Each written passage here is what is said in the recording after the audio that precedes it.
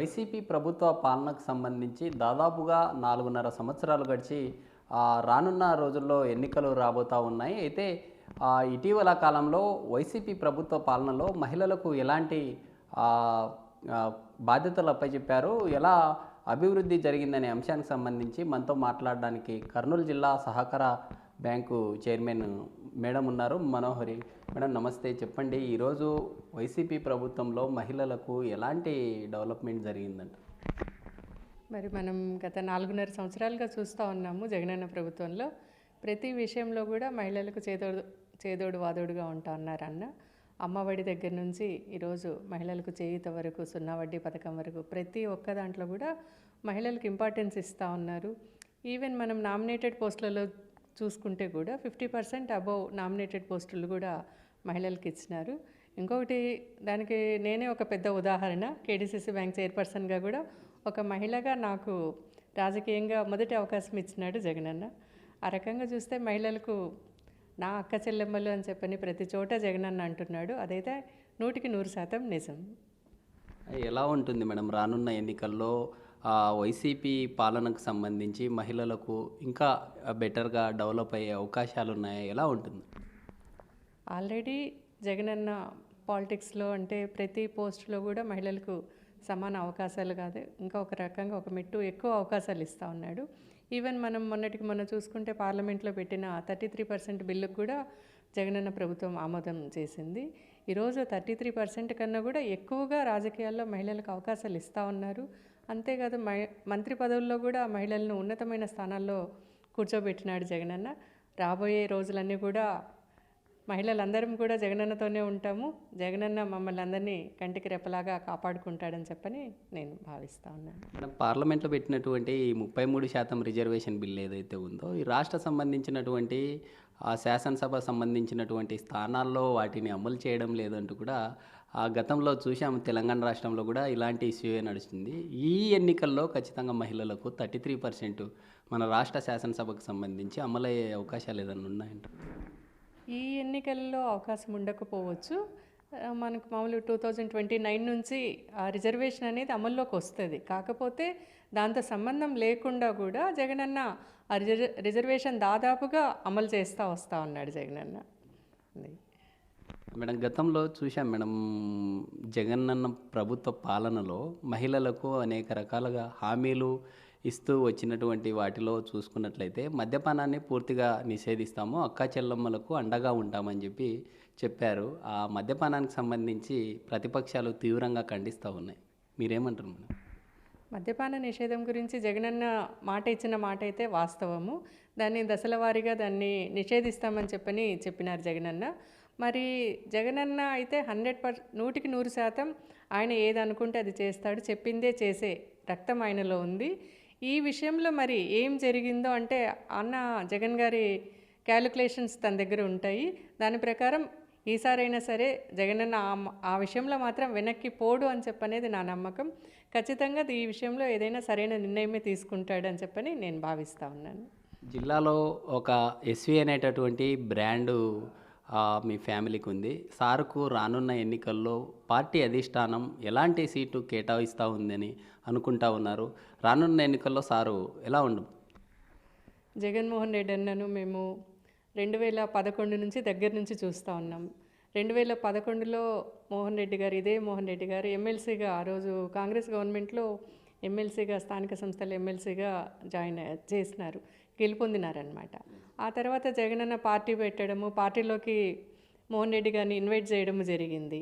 ఆ రోజు ఇంకా 6 సంవత్సరాల పదవీ కాలం ఉండంగా కూడా ఇదే ఎస్వి మోహన్ రెడ్డి గారు పార్టీకి రిజైన్ చేసి, పదవికి రిజైన్ చేసి, ఎమ్మెల్సీకి రిజైన్ చేసి జగనన్న పార్టీలో చేరడం, జగనన్న వెంట నడవడం జరిగింది.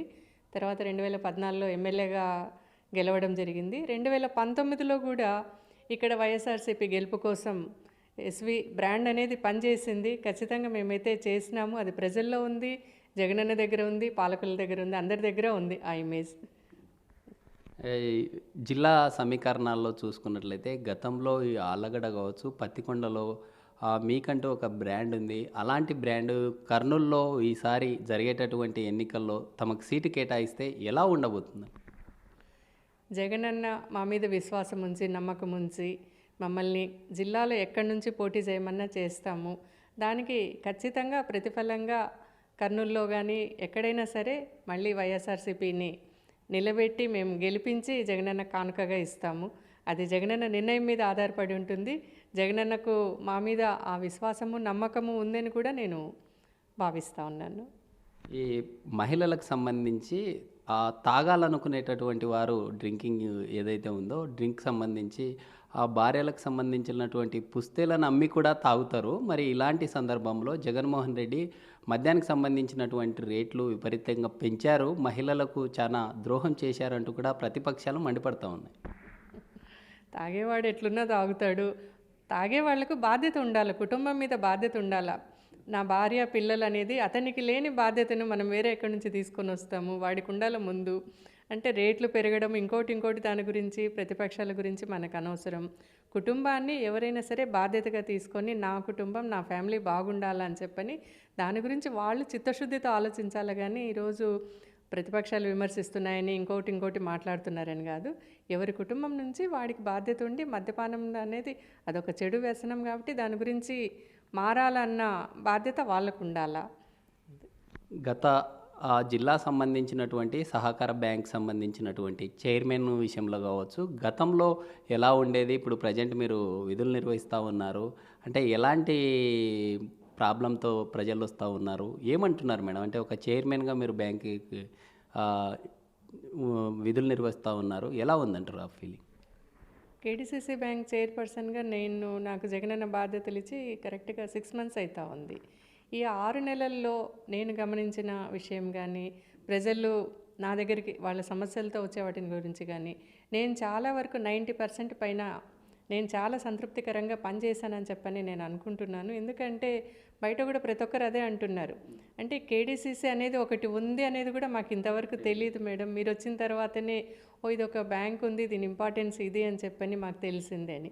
కాకపోతే నేను ఒక విషయంలో మాత్రం నాకు కొంచెం హర్ట్ అయినాను, బాధ అనిపించింది, చేయలేకపోయినానే అన్న బాధ అనిపించింది. ఎందుకంటే కేడీసీసీ అంటే మనం వ్యవసాయదారులకు రైతులకు రుణాలు ఇచ్చే బ్యాంకుగా తెలుసు. అట్లే కాకుండా చిరు వ్యాపారస్తులకు మహిళలకు చేదోడుగా ఉండే ఒక స్కీమ్ కూడా ఉంది దీంట్లో, జేఎల్జీ స్కీమ్ అని చెప్పని. నేను ఇది పదవి తీసుకున్న కొత్తలో కూడా అడిగినాను. ఇట్లా గతంలో కూడా చూసాం మేడం, అంటే చాలామంది బ్యాంక్ సంబంధించినటువంటి చైర్మన్లు మారుతూ ఉంటారు, కానీ వాళ్ళ పేర్లు ఆ ప్రజలకు తెలిసి ఉండదు. బట్ మీరు నియమించిన తర్వాత మీ పేరు ఎక్కడ చూసినా కానీ ప్రజల్లో వెళ్ళి మీరు కలవడమే అంటారా, లేకుంటే అంటే ఎలా వచ్చిందంటారా ఆ ఫీలింగ్?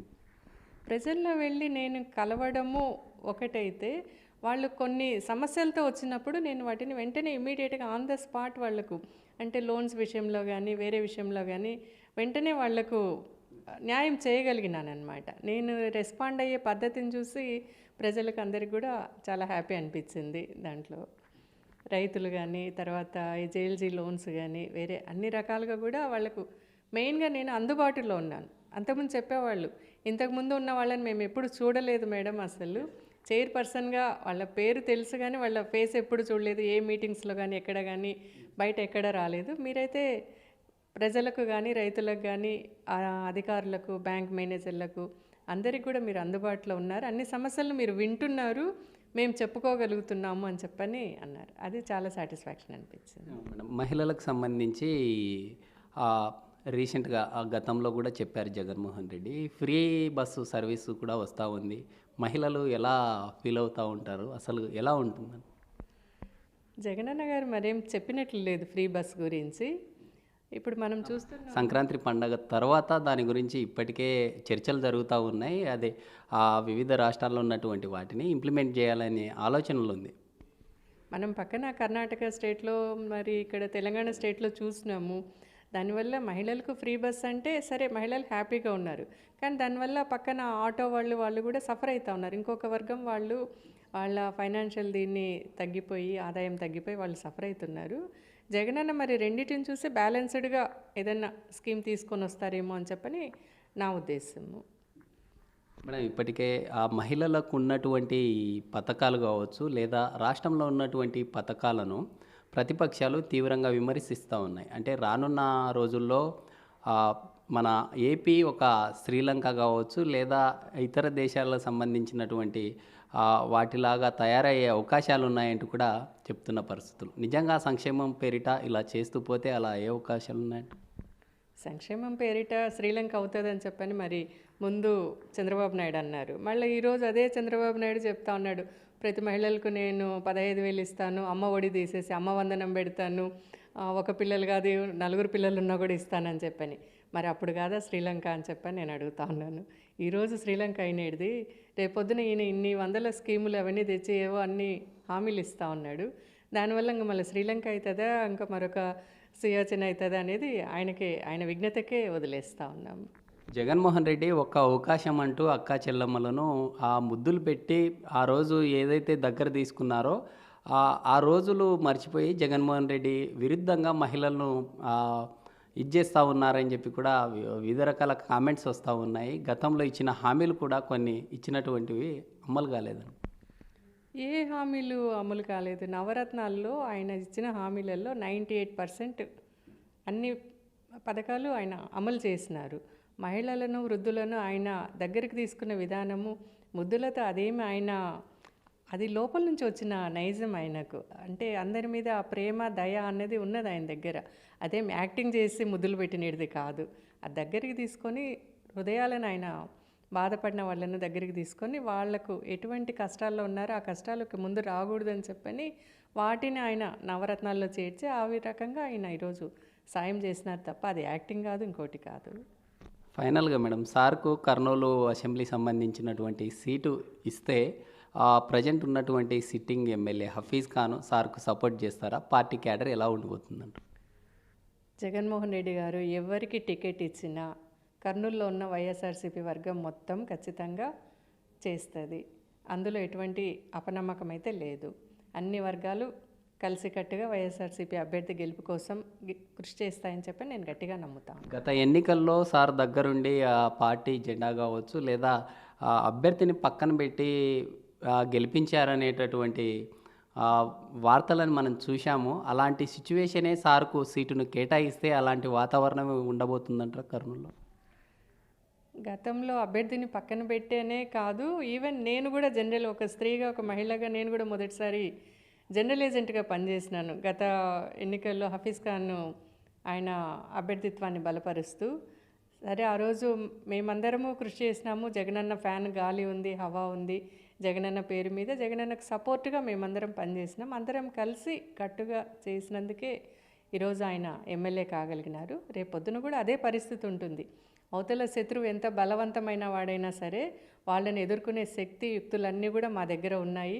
ఇవి మేము జగనన్నకు ఈరోజు హామీ ఇస్తూ ఉన్నాము, జగనన్నకు ప్రామిస్ చేస్తూ ఉన్నాం. కర్నూలు అనేది ఎప్పటికి కూడా వైఎస్ఆర్సీపీ జెండానే ఎగురుతుంది అని చెప్పని నేను ప్రామిస్ చేస్తూ ఉన్నాను. ఇప్పటికే రాష్ట్రంలో సామాజిక వర్గం పేరిట అభ్యర్థులను మారుస్తూ ఉన్నారు.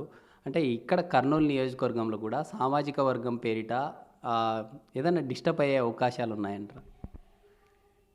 సామాజిక సమీకరణలు అనేది సామాజిక న్యాయం అని చెప్పి జగనన్న మరి ప్రతి దగ్గర కూడా చూస్తూ ఉన్నారు. అంటే ఇన్ని రోజులు అణగదొక్కబడిన వర్గాలకు మనం ఇవ్వాలా, చేయుత ఇవ్వాలా, చేదోడుగా ఉండాలా అని చెప్పని అది 100% నిజము. ఎక్కడైనా సరే అంటే వాళ్లకు ఒక స్థానాన్ని కల్పించాలి పొలిటికల్గా కానీ ఏదైనా అని. ఆ విధంగా మరి కర్నూలులో కూడా అంటే సామాజిక సమీకరణ ఒక్కటే పనిచేయదు కదా, ప్రతి దగ్గర ఒక్కొక్క కాన్స్టిట్యున్సీలో ఒక్కొక్క రకంగా ఉంటుంది. కేవలం ఒక సామాజిక వర్గాన్ని అంటే మిగతా సామాజిక వర్గాల వారు కూడా ఉంటారు కదా. అందరూ ఎవరి వైపు సానుకూలంగా ఉన్నారు, ఎవరి అభ్యర్థిత్వాన్ని చూస్తూ ఉన్నారు, ఎవరైతే వాళ్ళకు ఎమ్మెల్యేగా వాళ్లకు అందుబాటులో ఉంటారు అనేది కూడా చూస్తారు జగనన్న. ఖచ్చితంగా సర్వేలలో కానీ రిపోర్ట్స్లో కానీ ప్రజల్లో ఆదరణ ఉన్న నాయకుడికి జగనన్న ఆశీర్వదిస్తాడని చెప్పని నేను బలంగా నమ్ముతా ఉన్నాను. ఇప్పటికే ఈ కర్నూలు అసెంబ్లీ సంబంధించినటువంటి సెగ్మెంట్లో ఆ మైనారిటీ సామాజిక వర్గంతో పాటు మహిళలకు ఇవ్వాలనేటటువంటి ఒక ఆలోచనలో అధిష్టానం ఉందంటూ కూడా వస్తూ ఉంది. ప్రధానంగా మీ పేరు వినిపిస్తూ ఉంది మేడం. ఒకవేళ మీకు వచ్చే ఛాన్స్ ఉంటే ఎలా ఉంటుంది? మరి జగనన్న మనసులో నేను ఉండి ఒక మహిళగా నాకు సముచిత స్థానం ఇవ్వాలా అని చెప్పని జగనన్న భావిస్తే అందుకు జగనన్నకు చాలా ధన్యవాదాలు. ఖచ్చితంగా జగనన్నకు కనీసం అంటే 30,000 మెజారిటీతో నేను గెలిచి అన్నకు కర్నూలును కానుకగా ఇస్తానని చెప్పని నేను చెప్తా ఉన్నాను. ఎందుకంటే కర్నూలు టౌన్లో 30 సంవత్సరాల నుంచి మేము కర్నూలు టౌన్లో ఉన్నాము. ప్రజలందరికీ అంటే కుల మతాలకు అతీతంగా ప్రతి ఒక్కరికి మేము అందుబాటులో ఉన్నాము ఇన్నేండ్ల నుంచి కూడా. ప్రతి ఒక్క అంటే వాళ్ళు బీదవాళ్ళ గొప్పవాళ్ళ అని కాకుండా ప్రతి ఒక్క సామాజిక కోణంలో చూసినా కూడా వాళ్ళ అంతస్తులతో సంబంధం లేకుండా కూడా పేదవాళ్ళ దగ్గర నుంచి మధ్యతరగతి, ఎగువ మధ్యతరగతి, ధనికుల వరకు ప్రతి ఒక్కరి మనసుల్లో కానీ ప్రతి ఒక్కరి దగ్గర నాకంటూ ఒక ప్రత్యేక స్థానం ఉంది అని చెప్పని ఇది గర్వంగా నేను చెప్పడం లేదు, నేను బలంగా విశ్వసిస్తూ ఉన్నానన్నమాట. ప్రతి ఒక్కరూ ఒక గుర్తింపు, విజయ మనోహరి అంటే ఎవరు అనేది ప్రతి ఒక్కరి దగ్గర ఆ గుర్తింపు ఉంది, ఒక మంచితనం అనే ఇది ఉంది. తర్వాత ఇంకా జగనన్న ముద్ర అనేది ఇంకా బలంగా ఉంది. జగనన్నకు విధేయులు, జగనన్నకు విశ్వాస పాత్రురాలు అనేది అట్లా ఆ కోణంలో చూసినా కూడా జగనన్న నిజంగా నన్ను నమ్మి నాకు ఈరోజు కర్నూలులో ఒక మహిళగా నాకు అవకాశం ఇస్తే మాత్రం దాన్ని ఖచ్చితంగా 100% విజయం సాధించి అన్నకు రిటర్న్ గిఫ్ట్గా ఇస్తానని చెప్పని చెప్తున్నాను. ఇది ఓవరాల్గా చూసుకున్నట్లయితే జిల్లా సహకార సంబంధించినటువంటి బ్యాంకు చైర్పర్సన్గా ఉన్నటువంటి విజయ మనోహరి ఈరోజు చూసుకున్నట్లయితే ఇప్పటికే రాష్ట్రంలో సామాజిక సాధికారత కావచ్చు, సామాజిక సమీకరణల విధంగానే ఈ యొక్క సీట్లను కేటాయిస్తున్న పరిస్థితులు అయితే క్లియర్గా కనిపిస్తూ ఉన్నాయి. రానున్న ఎన్నికల్లో ఇటు ఎస్వి మోహన్ రెడ్డికి కావచ్చు లేదా విజయ్ మనోహరి మేడానికి కూడా ఈ సీటును కేటాయిస్తే ఖచ్చితంగా పార్టీ రానున్న ఎన్నికల్లో ఖచ్చితంగా ఒక గిఫ్ట్ని అయితే ఇస్తామంటూ కూడా తెలుపుతున్న పరిస్థితి. అయితే పార్టీ అధిష్టానం తీసుకునేటటువంటి నిర్ణయాలకు ఖచ్చితంగా కట్టుబడి ఉంటాము. రానున్న ఎన్నికల్లో కర్నూలు వైసీపీకి కంచుకోటలా ఉంటుందని ధీమాను వ్యక్తం చేస్తున్న పరిస్థితి. వీడియో జర్నలిస్ట్ సురేష్తో శ్రీరామ్, బిగ్ టీవీ, కర్నూలు.